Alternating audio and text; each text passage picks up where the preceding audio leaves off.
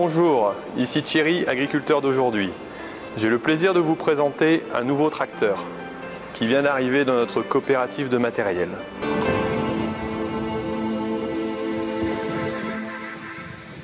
Au niveau caractéristique, il a toutes les caractéristiques des derniers tracteurs sortis.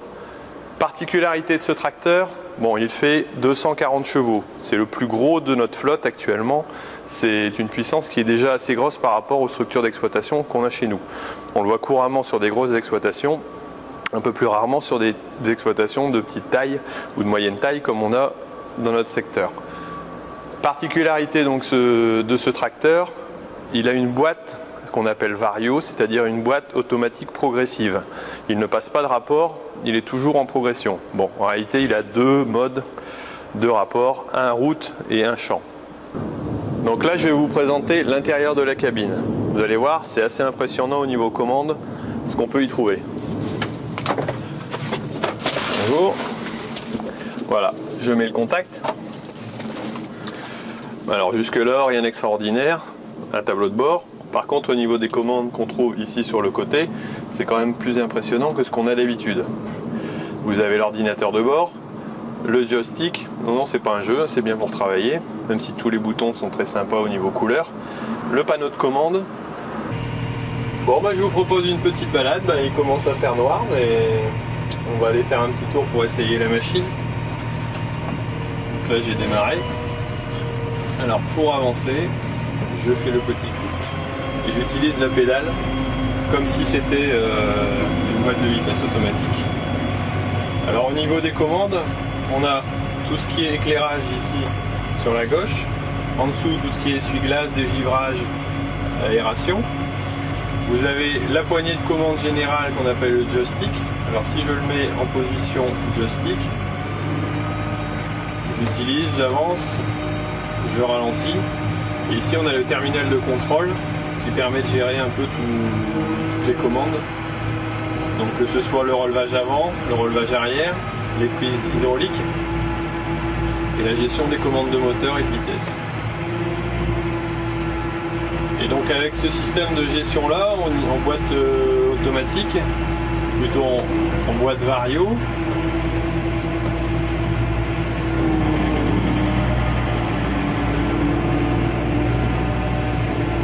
donc avec ce système de gestion là en boîte Vario, on est sur un tracteur qui se régule automatiquement au niveau puissance.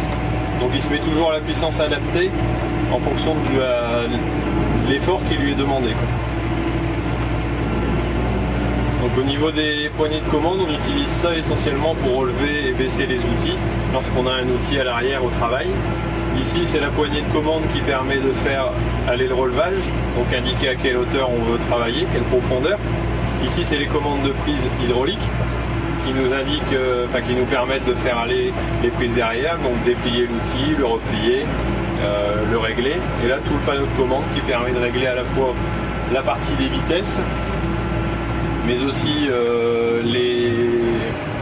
le pont avant, parce que sur un tracteur vous avez un système de transmission qui a 4 roues motrices, mais le pont avant n'est pas toujours enclenché, donc il est propulsion. Et lorsqu'on enclenche le pont avant, on met 4 roues motrices pour une meilleure activité. Le blocage de différentiel qui permet de bloquer les deux roues. Bon, jusque là c'est classique sur chaque tracteur. Les vitesses de prise de force. Et puis là, option intéressante sur celui-là, le petit gadget, j'allais dire, le petit plus, c'est le réglage des rétroviseurs de l'intérieur de la cabine. Alors c'est peut-être ça peut paraître un gadget, mais c'est quand même très pratique. C'est ce qu'on voit en général sur des voitures, et pourquoi pas sur un tracteur.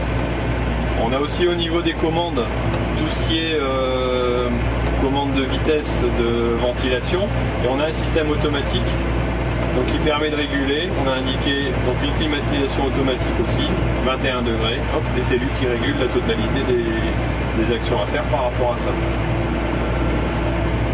Vous voyez, c'est quand même assez bien réparti au niveau commande, tout en restant, avec une certaine habitude, on arrive à le gérer comme il faut.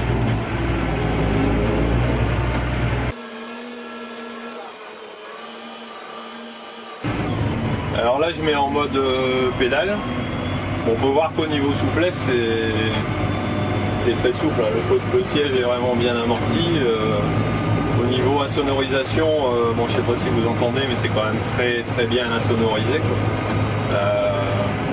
Donc on est dans vraiment le top du top au niveau tracteur de ce qui se fait actuellement.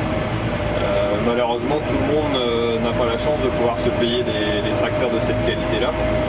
Et nous, c'est bien parce qu'on est en groupe qu'on peut se le permettre. Allez, petite accélération. Au niveau des feux, on peut réguler les feux de façon tout à fait indépendante, que ce soit à l'avant, à l'arrière, sur les côtés.